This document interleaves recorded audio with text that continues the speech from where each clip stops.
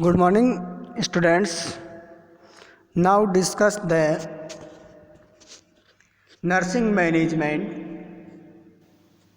Nursing management में अपन इसमें पढ़ेंगे प्री ऑपरेटिव, इंट्रा ऑपरेटिव और पोस्ट ऑपरेटिव केयर्स। इसके अंदर सबसे पहले है pre operative care. Pre operative care pre operative care के अंदर है नर्सिंग डायग्नोसिस। नर्सिंग डायग्नोसिस में है based on the health history and other assessment data, यानी कि अपन जो प्री ऑपरेटिव नर्सिंग केयर्स करते हैं उसके अंदर अपन पेशेंट की हेल्थ हिस्ट्री और उसके जो डाटा होते हैं वो और अदर असेसमेंट के आधार पर केयर करते हैं और नर्सिंग डायग्नोसिस बनाते हैं। तो इसमें फर्स्ट नर्सिंग डायग्नोसिस है deficient knowledge about plan surgical treatment, यानी कि पेशेंट को नॉलेज नहीं होता, इतना ज्ञान नहीं होता ब्रेस्ट कैंसर और उससे रिलेटेड सर्जरीज के बारे में। तो यहाँ अपन पेशेंट को उपयुक्त नॉलेज देते हैं अबाउट सर्जिकल ट्रीटमेंट और surgical management. Second nursing diagnosis है anxiety related to the diagnosis of cancer. Diagnosis of cancer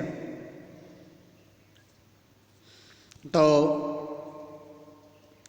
anxiety related to the diagnosis of cancer का मतलब है पेशेंट को हिचकिचाहट रहती है, पेशेंट को एंजाइटी फील होती है। किससे संबंधित? जब उनका नर्सिंग डायग्नोसिस हो जाता है कैंसर्स का, उनको पता लग जाता है कि मेरे कैंसर हो चुकी है तब। थर्ड नर्सिंग डायग्नोसिस है fear related to specific treatment and body image changes, यानी कि पेशेंट्स को फियर डर होता है किसे जो स्पेसिफिक ट्रीटमेंट है, चाहे वो कीमोथेरेपी है, चाहे रेडिएशन थेरेपी है, चाहे सर्जिकल प्रोसीजर्स है उससे, या फिर बॉडी इमेज चेंजेस, बॉडीज़ के अंदर चेंजेज आते हैं, अनकंट्रोल सेल ग्रोथ होती है, जो ट्रीटमेंट लेते हैं उसके कारण हेयर वगैरह का लॉस होता है, तो उसकी वजह से risk for ineffective coping individual family related to the diagnosis of breast cancer related to treatment options, यानी कि इसके अंदर उसको इनइफेक्टिव कोपिंग मतलब लोगों की राय क्या रहेगी उस खुद के बारे में और उसके परिवार के बारे में। Decision conflict related to treatment options. Last diagnosis ये होगा कि पेशेंट्स को ये डिसीजन लेने में दुविधा बनी रहती है कि वो कौन सा ट्रीटमेंट ले और कौन सा नहीं ले, कीमोथेरेपी ले या रेडिएशन थेरेपीज ले या फिर सर्जिकल ट्रीटमेंट अपनाए। तो अब अपन बात करेंगे यहाँ पर नर्सिंग इंटरवेंशंस की, और नर्सिंग इंटरवेंशन में भी किसकी? फर्स्ट है providing education and preparation about the surgical treatments. Patients को अपन प्रिपेयर करेंगे सर्जरी के लिए और सर्जरी के टाइम और उससे पहले पेशेंट को एक्सप्लेन करेंगे कि भाई आपको ये मेडिकेशंस लेनी है, ये नहीं लेनी है, ये आपको कंसेंट वगैरह लिखना है, और इसके बाद में सर्जरी होगी। तब आपको कोई बहुत बड़ी प्रॉब्लम्स नहीं होगी, आप आराम से एकदम सीधे रह सकते हो। इसमें किसी तरह की घबराने की कोई आवश्यकता नहीं है। Describe surgical procedure to alleviate fears, यानी कि जो सर्जिकल प्रोसीजर्स होता है उसके बारे में आपको बताना है पेशेंट्स को, और उनका जो डर है वो दूर करना है कि भाई अपन पेशेंट को बता देंगे कि आपका क्या है, जो भी आपके ट्यूमर्स वगैरह है ब्रेस्ट के अंदर वो निकाली जाएगी, और उसके बाद में आपको कुछ मेडिकेशंस दी जाएगी, कुछ कीमोथेरेपीज और रेडिएशन थेरेपीज के द्वारा आपका ट्रीटमेंट होगा। आपको घबराने की आवश्यकता नहीं है। इसके अलावा inform the patient about post operative drain, inform about drain care, instruction will be provided prior to discharge, यानी पेशेंट्स को और पेशेंट के रिलेटिव्स को ये बताना है कि जब इनकी सर्जरीज हो जाएगी, इसके बाद में इसके जो पोस्ट ऑपरेटिव ड्रेनेज होता है वो, और इसके कोई किसी भी तरह का डिस्चार्ज होता है तो उसको किस तरह से आपको हैंडल्स करना है, उसकी किस तरह से केयर करनी है, इसके बारे में बताना है। Next, administered antiemetic prophylactically as directed by patients receiving chemotherapy, यानी कि पेशेंट्स को एंटीमेटिक्स देंगे जिसके कारण पेशेंट का जब सर्जिकल प्रोसीजर्स चलेगा उस दौरान उसको किसी तरह की वोमिटिंग्स वगैरह नहीं हो। Administered IV fluids and hyper alimentations indicated, यानी पेशेंट्स को आईवी फ्लूइड्स देंगे। Patients help identify and use the support patient and family और कम्युनिटीज, पेशेंट की हेल्प करनी है, आइडेंटिफाई यूज ऑफ सपोर्ट्स, उसको सपोर्ट देंगे पर्सन्स के द्वारा, फैमिलीज़ के द्वारा और कम्युनिटीज़ के द्वारा। सेकंड है reducing fear, anxiety and improving coping ability. तो इसके अंदर आपको क्या करना है, रिड्यूसिंग का मतलब होता है कम करना, फियर का मतलब डर, एंजाइटी का मतलब घबराहट उत्पन्न होती है वो, और इम्प्रूविंग कोपिंग एबिलिटीज, जिस वो रिएक्शन कर रहा है उसकी रिएक्शन में आपको चेंजेज लाने हैं।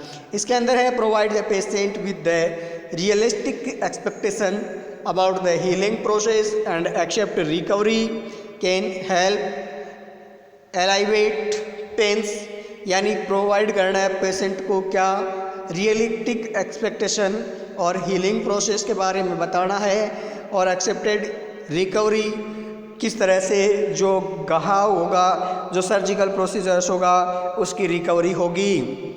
इसके अलावा maintaining open communications and assuring the patients involve the patient in planning and treatment, patients को आपको कम्युनिकेशंस करना है, उसके साथ में बातचीत करके आपको ये बताना है कि ये आपकी सर्जरी होगी और इसको इस तरह से आपको केयर करनी है, ये आपका ट्रीटमेंट रहेगा। Increase the patient awareness of available resources at the treatment facility such as a psychiatric, social workers and support groups, यानी पेशेंट को इंक्रीज करना है, बढ़ाना है। अवेयरनेस मतलब जागरूकता, अवेलेबल रिसोर्सेज, जो आपके पास में रिसोर्सेज है उसके बारे में, ट्रीटमेंट फैसिलिटीज़ के बारे में, आपके पास में क्या क्या चीज़ें हैं उनके बारे में उनको बताना है। जैसे इंक्रीज द पेशेंट अवेयरनेस को जागरूक करना है कि आपके पास में साइकेट्रिक, सोशल वर्कर्स और जो सपोर्ट ग्रुप्स हैं उसके माध्यम से। नेक्स्ट है suggest the patient the psychological intervention may be necessary for anxiety, depression और सेक्सुअल प्रॉब्लम्स, यानी कि पेशेंट्स को आपको क्या बताना है, इसके अंदर सजेस्ट करना है, उसको साइकोलॉजिकली सपोर्ट्स देनी है, उसकी एंजाइटी है, उसका डिप्रेशन है, उसको आपको दूर करना है। अगर कोई सेक्सुअल प्रॉब्लम्स है उसको भी आपको दूर करना है। Teach all womens are the recommended cancer screening procedures. Cancer screening procedures है, उसके बारे में भी प्रत्येक वुमेन्स को आपको बताना है। नेक्स्ट अपन सीधे बात करते हैं प्रमोटिंग डिसीजन मेकिंग एबिलिटी। उनको प्रमोट करना है, उनको प्रमोट करना है। प्रमोट करने के लिए क्या करना है आपको कि give the patients treatment option and ask to make choice. आपको क्या करना है, कैंसर के जितने भी आपके जो मान लो कि ट्रीटमेंट के ऑप्शंस है वो बताने हैं, और उसमें से पेशेंट्स को ये कहना है कि इनमें से आपको कौन सा पसंद है वो आप यूज़ कर सकते हो, वो तरीका आप अपना सकते हो। The nurse help the patient weigh the risk and benefits of each options. Nurse को पेशेंट को बताना है प्रत्येक तरह के जो ट्रीटमेंट्स है उसके अंदर कौन से रिस्क होते हैं और उसके क्या बेनिफिट्स होते हैं। नेक्स्ट इसके बाद आगे है द पेशेंट में be present with option of having breast concentration conservation treatment followed by the radiation और कीमोमास्टेक्टोमी। यानी पेशेंट प्रेजेंट होता है, पेशेंट किसी एक से सहमत होता है, जैसे उन्होंने रेडिएशन थेरेपी अपनाने को कहा हो या फिर मास्टेक्टोमी अपनाने को कहा हो। Monitor for adverse effects of radiation therapy such as fatigue है, शोर है, थ्रोट्स है, ड्राई कप है, नोजिया है और एनोरेक्सिया है, ये सारा कुछ यानी मॉनिटर करना है, उसको बताना है। मॉनिटर क्या एडवर्स इफेक्ट्स क्या क्या हो सकते हैं रेडिएशन थेरेपीज के। तो एडवर्स इफेक्ट्स के अंदर है कि उनके फटीग्स हो सकता है, थकान महसूस होगी, शोर हो सकते हैं, घाव हो सकते हैं, इसके अलावा throat, dry cup, nausea, anorexia, ये सारी की सारी कंडीशंस हो सकती है। इसके अलावा monitor for adverse effect chemotherapy. Chemotherapy के एडवर्स इफेक्ट्स कौन कौन से होते हैं? बोन मेरो सप्रेशन हो सकता है, जिससे बोन मेरो जो फॉर्मेशन है वो डिक्रीज हो जाएगा। नोजिया एंड वोमिटिंग्स हो सकता है, एलोपेशिया हो सकता है, बालों का उड़ना है, वेट गेन हो सकता है, ओबेसिटी हो सकती है और लॉस हो सकता है। इसके अलावा फटीग है, सोमेटोटाइटिस है, एंजाइटी है एंड डिप्रेशन है, ये सारी की सारी कंडीशन से हो सकती है। Prepare the patient for the effect of chemotherapy and plan ahead of a alopecia fatigues, ये उनको बताना है। अब पोस्ट ऑपरेटिव केयर्स के दौरान, पोस्ट ऑपरेटिव नर्सिंग केयर के दौरान क्या करेंगे, तो इनके भी नर्सिंग डायग्नोसिस है। इसके नर्सिंग डायग्नोसिस में फर्स्ट नर्सिंग डायग्नोसिस है वो है risk for infection related to surgical incisions. First यही रहता है पोस्ट ऑपरेटिव केयर के अंदर कि पेशेंट्स के क्या होगा, रिस्क रहती है इन्फेक्शन होने की, किस वजह से, जो सर्जिकल इंसिजन हुआ है उसी वजह से। सेकेंड है ineffective tissue perfusion related to lymphedema. Third है acute pain and discomfort related to surgical procedure. Surgical procedures के कारण उनको दर्द होता है, पेन दर्द होता है, वो आरामदायक स्थिति महसूस नहीं करता है। फोर्थ है disturbed body image related to breast changes और लॉस ऑफ ब्रेस्ट के कारण, यानी कि उसकी बॉडी इमेज है उसमें बदलाव आ जाता है, किसके कारण, ब्रेस्ट में चेंजेज और ब्रेस्ट का लॉस हो जाए, यानी सर्जिकल्स के द्वारा उनके पूरे ब्रेस्ट को हटा दिया जाता है तो उसकी वजह से। या फिर है impaired skin integrity related to surgical incision and radiation, ये चेंजेज हो सकते हैं। अब एक बार अपन पुनः इन चीज़ों को देखते हैं, इसके बाद अपन बात करते हैं नेक्स्ट के अंदर कि ये थे पोस्ट ऑपरेटिव केयर के अंदर के कौन कौन से नुकसान हो सकते हैं, क्या क्या केयर करनी चाहिए। इसके बाद अपन कंटिन्यू इसको करते हैं, कंटिन्यूसली इसमें क्या होगा वो देखते हैं। तो देखिए इसके अंदर अब क्या है कि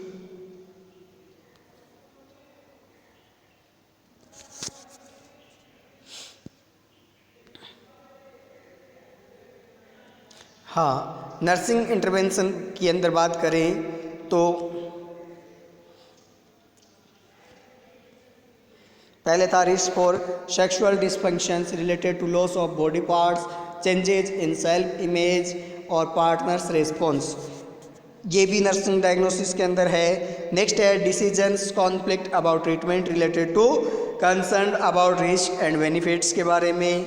interrupt the family process related to effect of surgery and therapy of family roles and relationship. Last है fear related to disease process और प्रोग्नोसिस। अब है एक्सपेक्टेड आउटकम्स, इसके प्रति क्या है,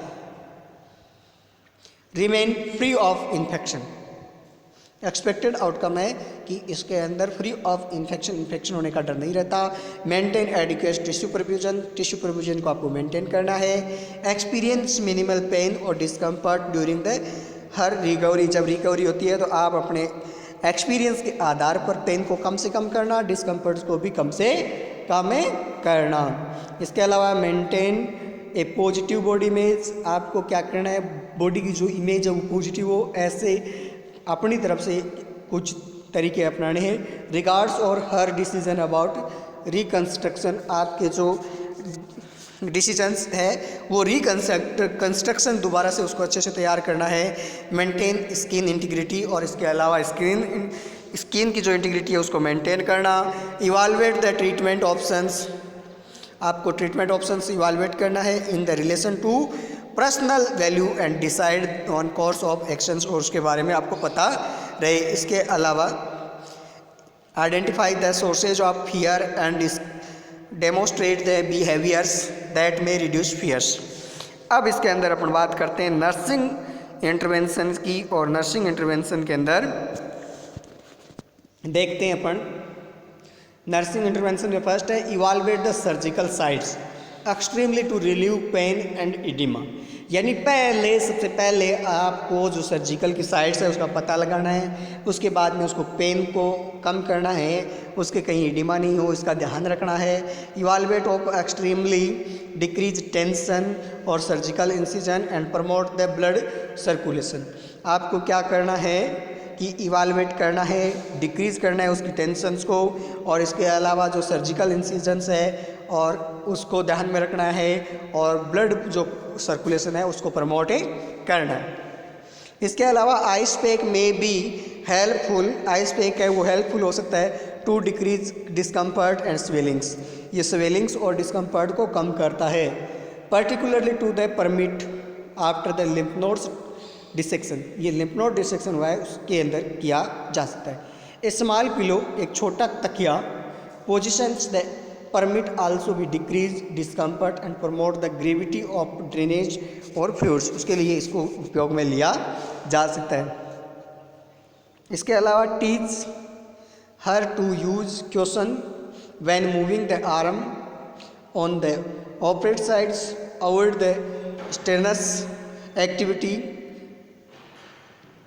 यानी कि इसके अंदर कि भाई अपने को क्या करना है, टीच करना है पेशेंट के जो वुमेन्स है उसको कि वो आर्म्स को किस तरह से तो ऑपरेट साइड से हिला सकती है, किस तरह से नहीं हिला सकती है। इसके अलावा एडमिनिस्टर्ड आईवी और आईएम ओपियोइड एनाल्जेसिक्स, और ये मैनेज करती है जो मॉडरेट स्पेंस होता है उसको, या narcotics also can cause of a worsens constipation, so increase the fluid intake, इसके कारण फ्लूइड इंटेक बढ़ाना है। Eat high fibers food and take small valves, instruct the patient about the post mastectomy exercise such as wall hand climbings, rod brooms sticks, lightnings, rope turnings and pulling time, यानी instruct करना है patients को, ये बताना है कि patient about post mastectomy, उसकी mastectomy हुई है तो उसके कारण जो एक्सरसाइज है सच है, जैसे मान लो कि रोड है, ब्रिम स्टिक्स है, पुलिंग है, टिशिंग्स है, इनको इंस्ट्रक्ट करना है कि ये अगर डॉक्टर ने इनके बारे में मना किया है तो इनको नहीं करना है, और अगर आपको मना नहीं किया है तो डॉक्टर की जो है सलाह आपको लेनी है। इसके अलावा मैं इन टॉपिक्स पे ज़्यादा नहीं जाऊँगा, अपन बात करते हैं क्लाइंट एंड फैमिली को टीच क्या क्या करना है उनके बारे में। तो देखिए deep breathing exercise, important because after surgery general anaesthesia के अंदर it is difficult for air to reach the lungs. इसके कारण लंग्स के अंदर क्या होता है, एयर जा सकती है, जो particularly with the restrictive surgical dressings and decrease the chest expansion. Chest expansion को कम से कम करना है। एक्शन से appear apparatus will be plan in the wound to allow the drainage of excess body fluids that accumulate when the lymph nodes are removed. और this device is usually removed 3 to 5 days के after surgery के बाद में इसको remove कर दिया जाता है।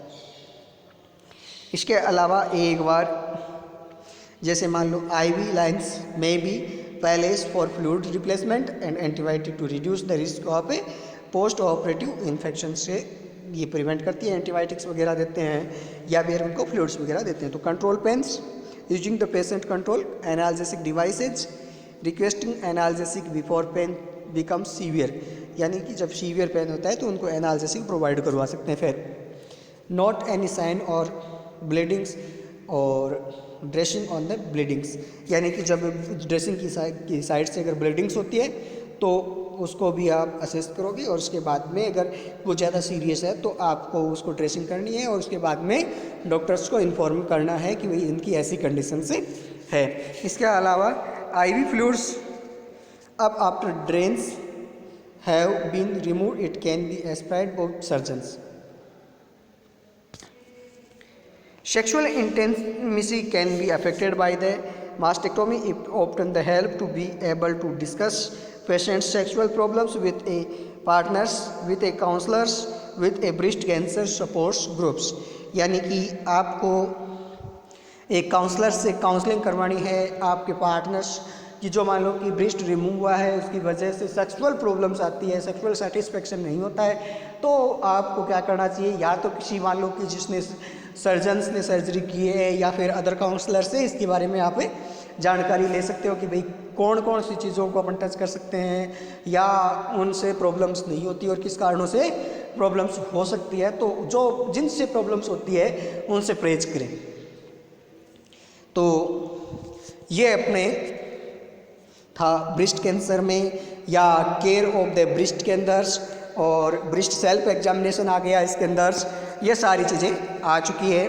अगर फिर भी कोई टॉपिक्स बाकी रहता है तो मेरे को आप बता सकते हो, पर यहाँ आपकी ब्रेस्ट केयर्स और ब्रेस्ट कैंसर्स कंप्लीट हो चुकी है और इसमें कोई प्रॉब्लम्स हो तो आप मेरे को बता सकते हो कि मेरे को ये प्रॉब्लम्स इसमें रही थी, तो मैं हो सकता है उनके लिए ज़्यादा से ज़्यादा कोशिश करूँगा कि नेक्स्ट वीडियो में इसको पूरा कर सकूँ। और वीडियो को पूरा देखने के बाद अगर कोई चीज़ नहीं समझ में आती है तो वो आप मेरे को कमेंट्स में लिख सकते हो या मेरे को पर्सनली आप बता सकते हो। Thank you.